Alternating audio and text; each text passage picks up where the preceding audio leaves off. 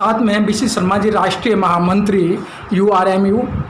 Sir, आपने appeal की थी कि 9 अगस्त को रेल बचाओ देश बचाओ आंदोलन और पूरे भारतवर्ष के अंदर ये आंदोलन चल रहा है। सर, इस आंदोलन से क्या नुकसान और क्या फ़ायदा है? BC Sharma, general secretary India railway board में, joint general secretary national federation of India. देखिए कि आज के दिन, हालांकि 8 अगस्त को 1942 में भारत छोड़ो अंग्रेज़ों के ख़िलाफ़ ये एक मुहिम चलाई गई थी, उसको देखते हुए ये केंद्रीय कर्मचारी, रेलवे कर्मचारी, दूसरे गवर्नमेंट के अदारों के कर्मचारियों के ऊपर ये भारत सरकार जो तशद्दुद कर रही है, लेबर लॉज को जो है अमेंड करने के लिए पार्लियामेंट के अंदर बिल इन्होंने पेश किया है और उसका कमेटी ने रिपोर्ट दे दी है उसको स्पीकर को, जिससे इनके मन के मंशा ये है कि इस देश के अंदर सरमाएदारों को ही मदद की जाए, जो श्रम शक्ति है उसको कुचला जाए। इन बातों को लेके आज के दिन, हालांकि संडे है, उत्तरीय रेलवे मजदूर यूनियन की 125 ब्रांचें हैं। 125 ब्रांचों को मैंने आदेश दिया, हर ब्रांच अपने अपने जुडिक्शन में लॉकडाउन को मद्देनज़र रखते हुए और एक पोस्टर निकाला जिसके अंदर सारी चीज़ें जिसमें जो इन्होंने महामारी में काम करने वाले जो रेलवे कर्मचारी या दूसरे कर्मचारी है, पैरामेडिकल स्टाफ है, सिविल पुलिस है, सफाई वाले हैं, ये डीए जो महंगाई भत्ता फ्रीज कर दिया है, और इसी तरह रेलवे के अंदर एक आदेश दे दिया कि 50% जो खाली पोस्टें हैं उसको सेंटर कर दो। और आगे जो हर साल अक्टूबर में प्रोडक्टिविटी लिंक बोनस मिलता है, उसके लिए भी अभी तक फार्मूला कोई आउट नहीं किया है इन्होंने। फर्दर भर्ती जो है बंद कर दी है और जो ऑलरेडी रिक्रूटमेंट बोर्ड्स को इंडेंट किए हैं उनमें भी रिव्यू करने की बात सोच ली है। लेकिन रेल मंत्री पीयूष गोयल बार बार फेडरेशनों को कहता है जी रेलवे की इनकम कैसे बढ़ाएं, लेकिन ये जो उन्होंने कर्म किया है, इससे पहले गवर्नमेंट ने भी शुरू किया था, इसने भी जो अभी कर्म कर रहे हैं ये देश के अंदर ऑर्गेनाइज सेक्टर को ख़त्म करने का तरीका बता रहे हैं। रेलवे में ये पूछ रहे हैं जी फाइनेंशियल हेल्थ जो है कैसे ठीक होगी, कैसे सुधार होगा, लेकिन रेलवे के अंदर इनकम का जो सोर्सेज है आप सरमाएदारों को अगर देते जा रहे हैं, अभी भी आपने जो 109 पेयर ट्रेन सरमाएदारों को देने के लिए आपने फरमान जारी कर दिया है, उनसे आपने मांग भी लिया है, और उसमें भी आपने ये कहा कि अपर क्लास एसी ट्रेनें चलाएंगे जिससे जो इनकम का साधन है। आपने गुड्स इनकम ख़त्म कर दी, पार्सल की इनकम खत्म कर दी, IRCTC कैटरिंग की इनकम ख़त्म कर दी, तो आगे फर्दर इनकम कैसे होगी? लेकिन जहां आपने काम करना है, आपके अंदर और इस देश के प्रधानमंत्री के अंदर ये करेज नहीं है कि उसको हम कंट्रोल करें। उदाहरण के तौर पे इंडियन रेलवे के अंदर 9 जोन होते थे, अब आपने 17 जोन बना दिए, 8 जोनों का, जिससे कोई आउटपुट रेलवे की बढ़ी नहीं है। जो ऑपरेटिंग रेशियो थी, मतलब खर्चा ज़्यादा वो बढ़ा है, इनकम वो है उतनी उससे कम हुई है। उसका कारण है कि जो आपने 8 जोनों के अंदर ब्यूरोक्रेट, जनरल मैनेजर, DRMs, दूसरे अधिकारी लगाए हैं, उनके पर्क्स और उनके जो वेतन है इतना ज़्यादा है, तो ऑपरेटिंग रेशियो क्या काम करेगी? आपके अंदर अगर करेज है इस गवर्नमेंट के अंदर, तो आप 8 जोनों को ख़त्म करके 9 जोनों से बहुत बढ़िया रेलवे चल रही थी, उसी को करिए। फाइनेंशियल हेल्थ तब ठीक हो सकती है। आपके अंदर रेलवे में जो इतना फजूल खर्ची हो रही है उसके ऊपर आपका कंट्रोल नहीं है, ना आप कंट्रोल कर सकते हैं। आपको सुजेशन दिए हमने कि इस तरह जो वेस्टफुल एक्सपेंडिचर हो रहा है, अब बार बार उस क्वेश्चन को करके दूसरे दिन कोई आदेश जारी कर देते हैं उदाहरण के तौर पे रेलवे के अंदर रेलवे ट्रैक के साथ हज़ारों एकड़ ज़मीन खाली पड़ी है। उस ज़मीन पे हर साल या और भी एरिया में ज़मीन खाली, हर साल आप पेड़ लगाते हैं, लाखों करोड़ रुपए सेंक्शन करते हैं कि हर साल ज़मीन बढ़ जाती है। जो इतना पैसा उसमें बर्बाद हो रहा है और कारपोरेशन बना के आपने कमीशन का एक रास्ता और बना दिया। ये रेलवे को खाई जा रहे हैं। इसलिए आज तमाम 125 ब्रांचों ने सब जगह अपना रोष प्रकट किया है।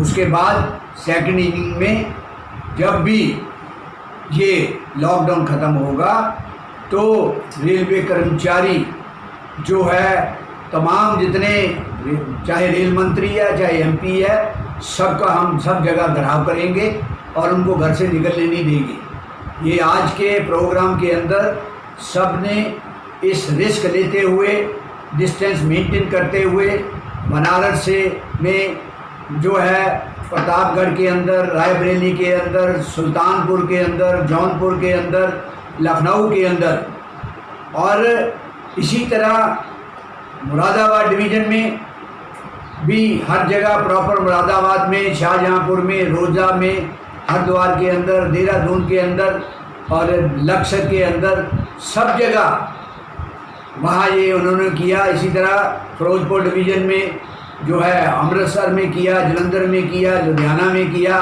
फिरोजपुर प्रॉपर में ये किया, सब जगह वर्कशॉपों में ये किया।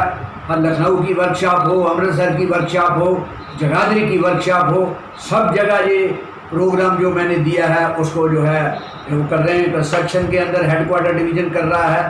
DRM ऑफिस में, जहाँ दिल्ली में, नई दिल्ली के अंदर जो हमारी 25 ब्रांचें हैं, अपनी अपनी ब्रांचों में उन्होंने ये आज का प्रोग्राम जो लिखा था, अपील मैंने की थी, उसको किया है। DRM ऑफिस की ब्रांच भी आज जो है DRM ऑफिस के बाहर बैठी हुई है। अकाउंट्स ब्रांच, हेडक्वार्टर ब्रांच और दिल्ली DRM ऑफिस की ब्रांच जो है वहाँ बैठी हुई है विरोध करने के लिए। और उन्होंने विरोध किया है दफ्तियाँ लेके और मुंह पे ये मास्क लगा के। तो इस देश के अंदर या तो ये गवर्नमेंट चाहती है कि किस तरह अफरा तफरी हो, कोरोना के नाम पे जो है आज हर जगह प्राइवेट करने की सोच रहे हैं। ये नहीं पता इनको कि प्राइवेट करने से गवर्नमेंट का कोई कंट्रोल नहीं रहेगा। वो तो अपना प्रॉफिट कमाएंगे, प्रॉफिट कमा के चले जाएंगे। रेल जाए बाहर में, उनको कोई परवाह नहीं है। आज भी आया अखबार के अंदर कि जो है रिलायंस वाले की जो इस पोजीशन पे वो आ गया। अब आप भाई लोगों के सबको मार के अगर आप उसी को पैसा देना चाहते हैं, उसी को टाटा को पैसा देना चाहते हैं, रिलायंस वाले को देना चाहते हैं, अडानी को देना चाहते हैं, जैसे आपने साइडिंग में दे दी। कंटेनर कारपोरेशन थोड़ा रेलवे का था, उसको भी आप वो है बेच रहे हो, बाकी अदारे भी आपने बेच दिए। तो ये इस तरह का रोष और बढ़ेगा। और देश के अंदर जो आप रेलवे एक जॉब ओरिएंटेड डिपार्टमेंट भी है, आपने 5 लाख जॉब पहले ख़त्म कर दी और आप जो है जॉब ख़त्म करना चाहते हो, तो बेरोजगारी जो देश का नौजवान है वो भी इस एजुकेशन में भाग लेगा। इसके लिए देश का प्रधानमंत्री और रेलवे मंत्री ये दोनों जो है जिम्मेवार हैं। और आगे जो जनता के अंदर रोष है, रेलवे कर्मचारी और उनके परिवार के अंदर रोष है, आपने प्रोडक्शन यूनिट में करके देख लिया, पूरे परिवार, चाहे RCF हो, चाहे रायबरेली हो, चाहे आपका पटियाला हो या ICF हो, सब जगह परिवारों के साथ उन्होंने एजिटेशन किया। आप रेलवे को कम मत आंकिए प्रधानमंत्री और रेल मंत्री जी। आपको पता नहीं, इंदिरा गांधी के टाइम में भी ऐसा हुआ था। लेकिन रेलवे जब अपनी ट्रेड यूनियन अपनी आई पे आ जाएंगे, आप ट्रेड यूनियन को ख़त्म नहीं कर सकते। आप जो भी श्रम कानून बना लो, उसके लिए हम लोग लड़ेंगे। जो मजदूरों के विरुद्ध गवर्नमेंट होगी उसकी हम खिलाफत करेंगे। आपने जो भी करना आप कर सकते हैं, हमसे जो होगा हम करेंगे। धन्यवाद।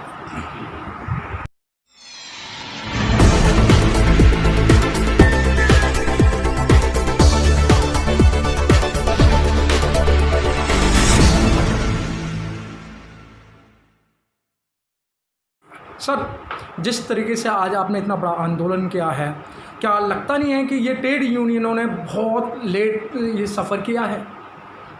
ट्रेड यूनियन बराबर अपना एक्शन करती आ रही है। सेंट्रल ट्रेड यूनियन भी आज जो है जंतर मंतर में इकट्ठे हुए हैं। उसके अंदर हम लोग क्यों नहीं अपना अपना प्रोग्राम किया है जी। हमने, हमारा भी मॉरल सपोर्ट उनके पास है।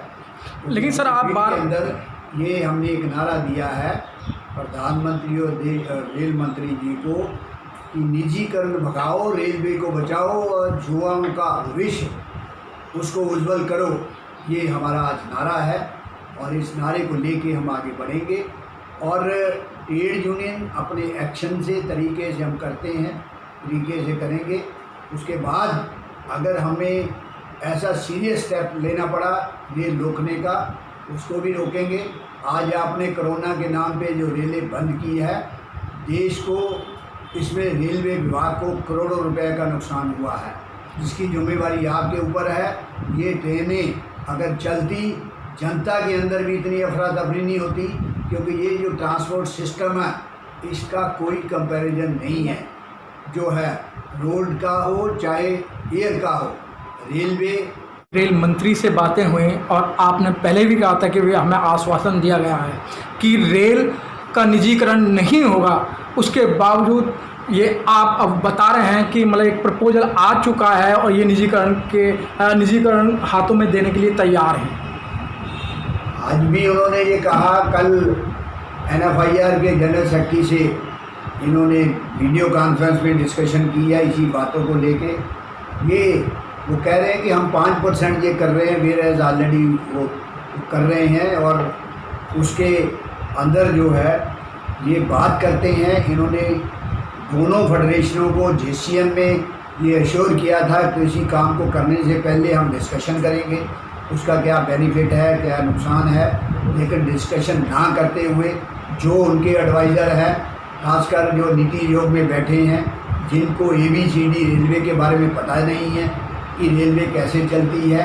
रेलवे आज भी इंडिपेंडेंट, अगर ये गवर्नमेंट हट जाए, हम इंडिपेंडेंट रेलवे इंडस्ट्री को बड़े आराम से चला सकते हैं। रेलवे के अंदर पैसे की कमी नहीं है।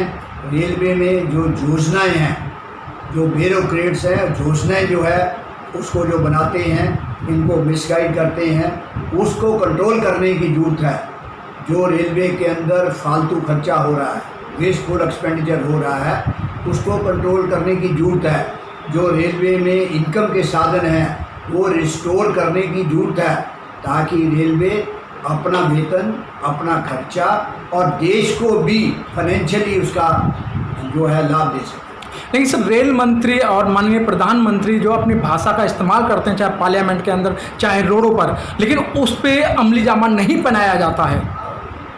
देखिए, वो तो अब एक जिम्मेवार पोस्ट पे जो काम करता है उसकी जो है वर्ल्ड की वैल्यू होनी चाहिए। अगर वो अपनी वैल्यू नहीं समझ सकते, मैंने आपको पहले भी बताया था कि रेलवे वर्कशॉप बनारस के अंदर है, जो माननीय प्रधानमंत्री जी कंस्टिट्यूंसी है।